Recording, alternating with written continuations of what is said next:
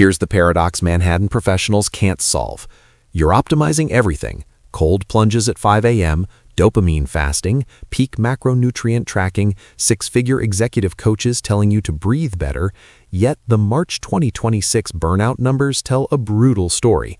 Despite all the optimization protocols, mental exhaustion among high-achieving urban professionals has hit record highs. You've maximized every variable except one, and thousands of your colleagues are discovering the answer in a place you'd never expect: a dark church at 8 a.m. on Sunday, kneeling in silence while incense rises toward a ceiling you can barely see.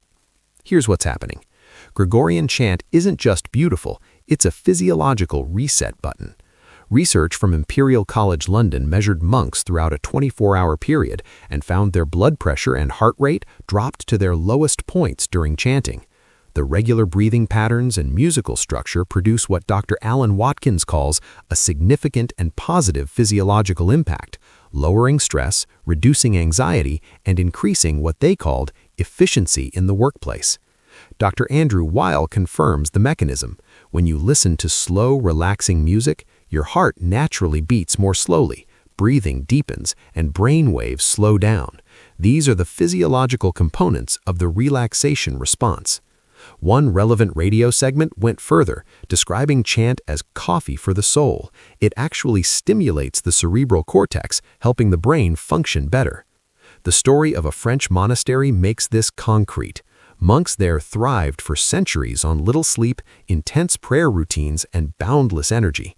After Vatican II, they stopped chanting, couldn't agree on how to modernize it.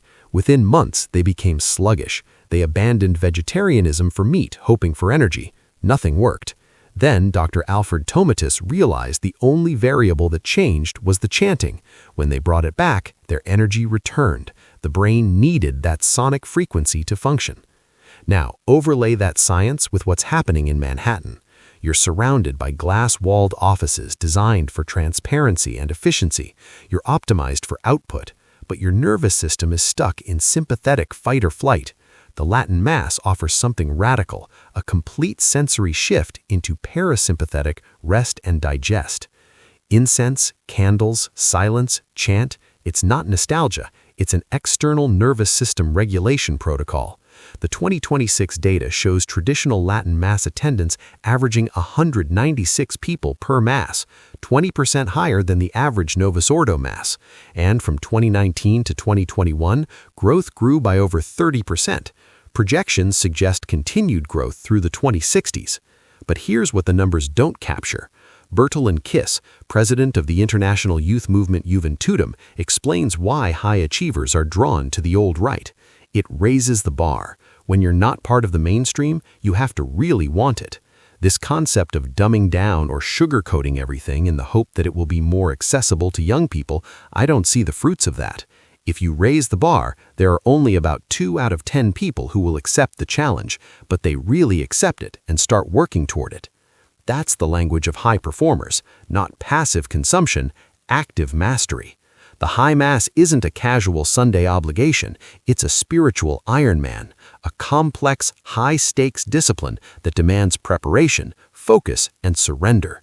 And here's the psychological relief that Manhattan professionals describe.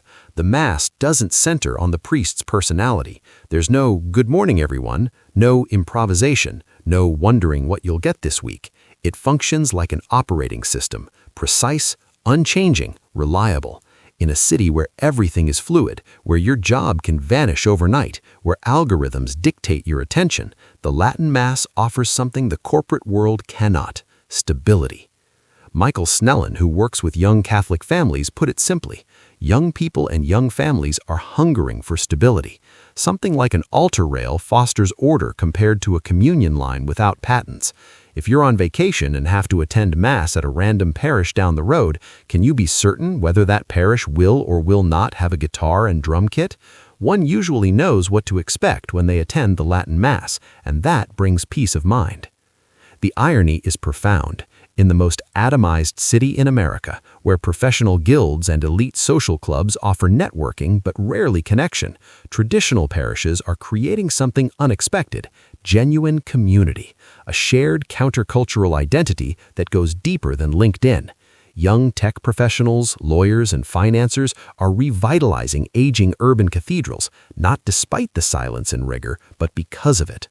One young attendee described it as a shortcut to holiness, the most efficient path to encountering the divine in a city that offers infinite distractions. Another called it rebellious beauty in an era of disposable spirituality. Pope Leo XIV's 2025 Holy Year messages have amplified this, encouraging resistance to consumerism and a return to sacramental life. For Manhattan professionals drowning in the optimization trap, the call resonates. The Latin Mass isn't a weekend biohack, it's a permanent lifestyle architecture, a way of integrating the eternal into the high-stakes life. So, here's the question for March 2026. Is the ancient liturgy the most forward-thinking technology for human flourishing? The data says yes, the neuroscience says yes, and the growing crowds of young professionals in traditional parishes across Manhattan are voting with their feet. The optimization protocols didn't fail, they just weren't enough. The soul needs what the body needs: silence, order, and something beyond itself. In the Latin Mass, thousands are finding it.